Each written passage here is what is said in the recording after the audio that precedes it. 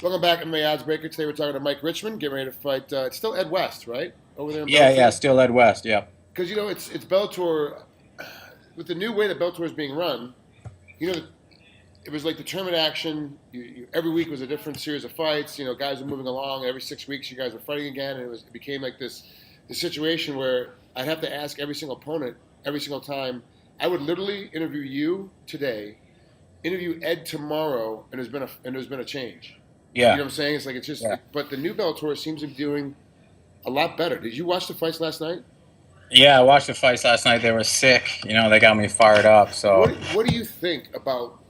Well, obviously, everyone. It's Scott Coker. He's the new hmm president. So that's obviously everyone's going to. It's the Scott Coker era. That's what everyone's talking about in Bellator right now.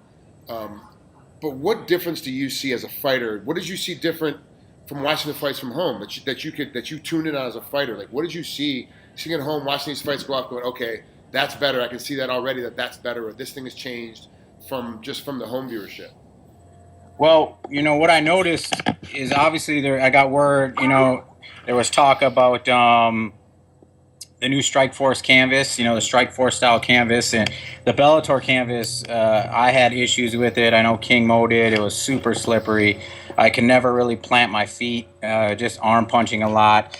And from what I've been told and I heard, the Strike Force style canvas is a little bit more grippier, and it just looked like people were able to plant and generate the power from the floor up. And that's what I really look forward to using, September 26th.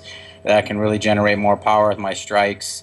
Um, yeah, I mean, other than the current the current versus Pitbull fight, all the other fights were finishes, on TV. So that's what I noticed, and it was just as exciting, if not more. Now, do you feel like that the matchmaking is still good? Because remember, getting rid of the tournament style, like as the tournaments are finishing up, that's the end of them, and then now it's just going to be matchups that they're putting together. So some of those fights that you're looking at, do you think the matchups still are good that were put together? Because like you said, there's a lot of finishes on TV. Were those matchups legitimate matchups, and one guy just happened to have to be the better guy that night, or was it mismatching the reason why we're getting so many knockouts and so many finishes? I think the matchups were fairly even. I didn't see any crazy mismatches on the Spike TV portion. So I think they're just going to be super exciting fights, even moving forward. I didn't see any crazy mismatches, me personally. Did you see the Tito Ortiz, Stephan Bonner mashup that they had at the end there? Yeah, yeah, I saw that. Staged or real, in your opinion? You know what? I honestly don't know. It can't. There was a point where it came on staged, and then it looked like Tito legitimately got pissed off. So it almost looked like maybe a mixture of both. I'm not sure, but it was odd. Right now, without knowing either guy's training camp, without knowing how either guy is feeling at this point, who are you picking to win that fight? Oh man, it's tough. Right? I Yeah, mean, it's kind of tough. I want to say Tito, but then I don't know. It's a hard decision. I have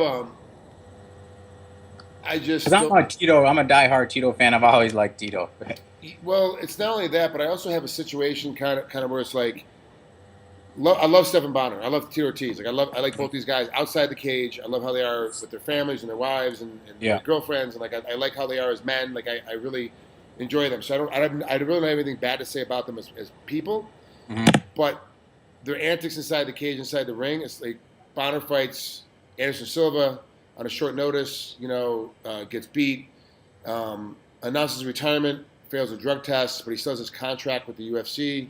Yeah. Um, UFC would never, ever in 100 million years, ever let anybody out of their contract and let them go to Bellator. Yeah. They let Stefan come out, and Dana White comes out and goes, hey, it's because I want him to go beat up Tito Ortiz. Like, I'm letting him out because I want him to go beat up Tito. That's why I let him out of his contract. Yeah. Okay, well, is that the smartest move in the world? Because now what happens if Stefan gets beat? You know what I'm hmm saying? Like, what happens if Tito does win? So it's like this, now it's this game that's being played, and I'm trying to figure it out because Coker works well with everybody. He doesn't care. Yeah. He's going to work with anybody. If you want out of your contract after this next fight, he'll let you go. To wherever you want to go, he'll just let you go because he wants you to be happy. So he works well with everybody else, and it seems like everyone else is trying to work well with him. But I want to see what the violent end of it will be if Tito keeps on winning, and what's going to happen. If Tito keeps getting these fights, because really they're going to have to bring in guys from other organizations to fight him, because right now guys in the weight class can't beat him. They just don't have anybody at the talent level. So I'm interested to see how much stage that was and how real it really was at the end of it. Like how much we're gonna find out. Yeah. So let's talk about the realness of Ed West coming up. Let's talk about him a little bit. You're 16-5. He's 18-8. Records are close. You're coming off a 2-fight losing streak, though. You lost to Goldie and you lost to Desmond. Mm-hmm. Both unanimous decisions. It wasn't like you got submitted or knocked out, or you don't have to worry about your chin. Are you getting punchy? You don't have to worry about some flaw in your game. But what do you think was the deciding factor in both those fights that didn't give you the victory? I don't know. I think it was just as far as I personally think I edged them out. Everyone thinks they edged out their own fight, and I had a lot of people think I edged them out. I think with the Des Green fight, it was really tricky with him being another southpaw. I had to always constantly defend his shot. He's kind of springy in and out. He's either jumping in with a jab or he was jumping in with a shot. But I thought my aggression would have won it, but I could have done more. I felt like I could have maybe went for broke more and realized it was close and really try to edge out something. With the Goichi fight, I thought I put on a great performance, all around performance, not just striking. With my clinch against the cage, takedowns, ground and pound. I think what it came to, I thought I won the fight, but if I were to look at it again, I would have been like, maybe that last little flurry he landed in the first round might have stole him the round in the judge's eyes. Other than that, they were both great fighters, but, it sucks. Whether people thought you won or not, it really doesn't matter in the record books. A couple months later, it is what it is. Is this a must-win fight for you to stay within the organization of Bellator? Absolutely. They are starting to cut people. They are starting to get rid of folks. So this Absolutely. is a must-win? Yeah. Yeah, this is a must-win, not only for me, but, even if it is my first fight at bantamweight. They did let me know, though. They said, hey, you go out there and you put on a great performance, you're already up there in the mix to go after a title. So they expect big things of me dropping to bantamweight, and I've been training my ass off for this. I feel nasty. I feel explosive. I feel cliche. Like the strongest and fastest I've ever been. But it's the truth. I've been the lightest I've ever been up until a fight. I'm walking around at 150 right now. So I'm just very excited to go out there. It's going to be a flashy, exciting fight. He likes to strike. I like to strike. We have different styles of striking. And I know my talent level. I know I'm skilled. I know I'm very talented and very good. And it's all about, I'm facing myself. I just got to go out there and execute. How difficult was it for you to get committed to the new diet plan and the new system of getting your weight down a little bit earlier? Was it a hard commitment to make in the beginning?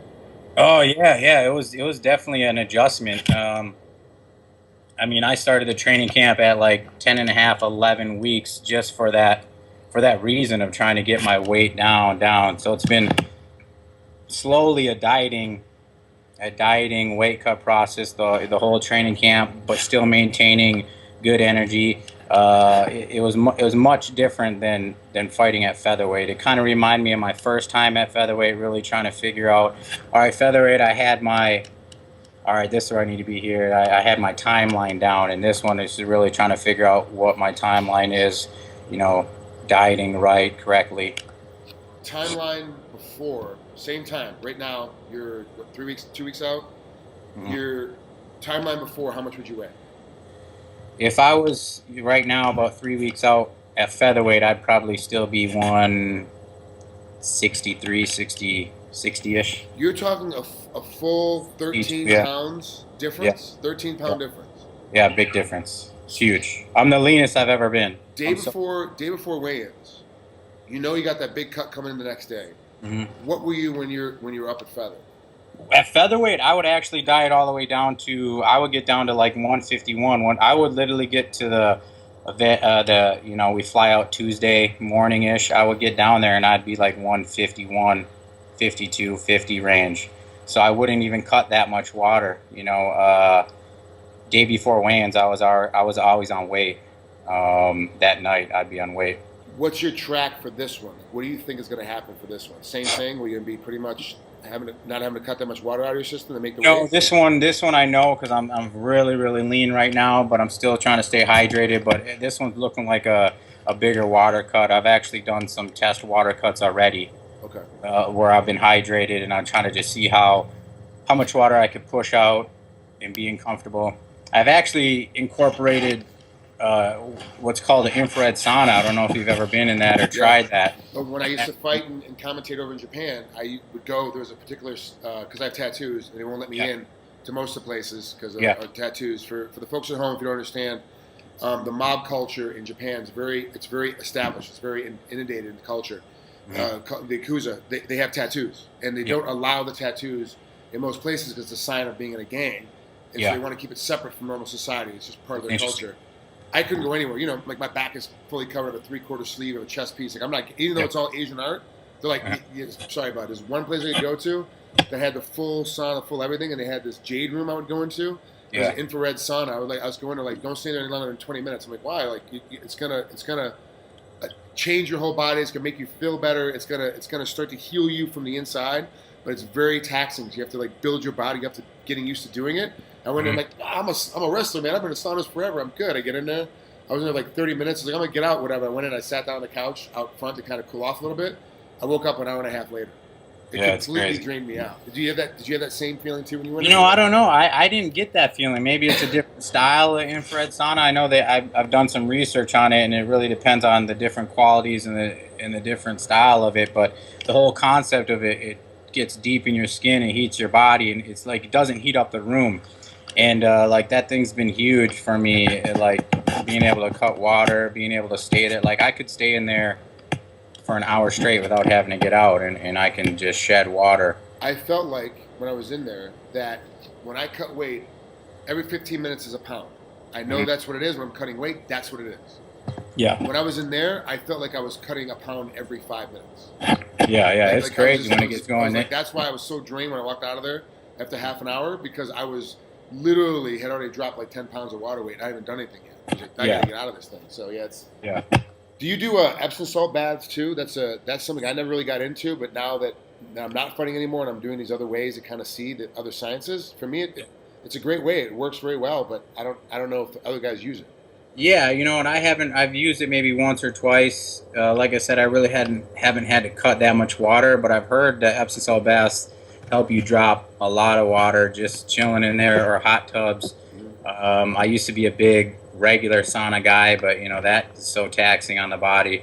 So I'm definitely trying different methods. I've already looked into infrared sauna places that are in Phoenix that I'll probably be going to check out for the weight cut process when I get down there. Yeah, it makes a huge difference the less energy you have to use to get the water weight down for recovery for the next day for the fight. If you've got to run 10 miles to get your weight off and then have to fight the next day, as opposed to not running at all and making weight, it's a big difference. It's a huge difference. Yeah, big time. Do you plan on getting up and eating a small breakfast that morning of weigh-ins before you cut your final last couple of pounds, or is it going to be a starvation? It really depend on how I feel. Like I said, it's always that anxiety of that first new weight class coming down. At the end of the day, I'm making that weight. Whether I have to, whatever mode I have to take. But if I feel like I can, get my oat bran with, some chia. I try that breakfast bowl. I eat that Dolce Diet breakfast bowl like every morning. So if I feel good for that, I'm definitely going to have some of that in the morning of. But it's really all going to depend on how I feel. It's a new territory. Right now I'm still feeling good.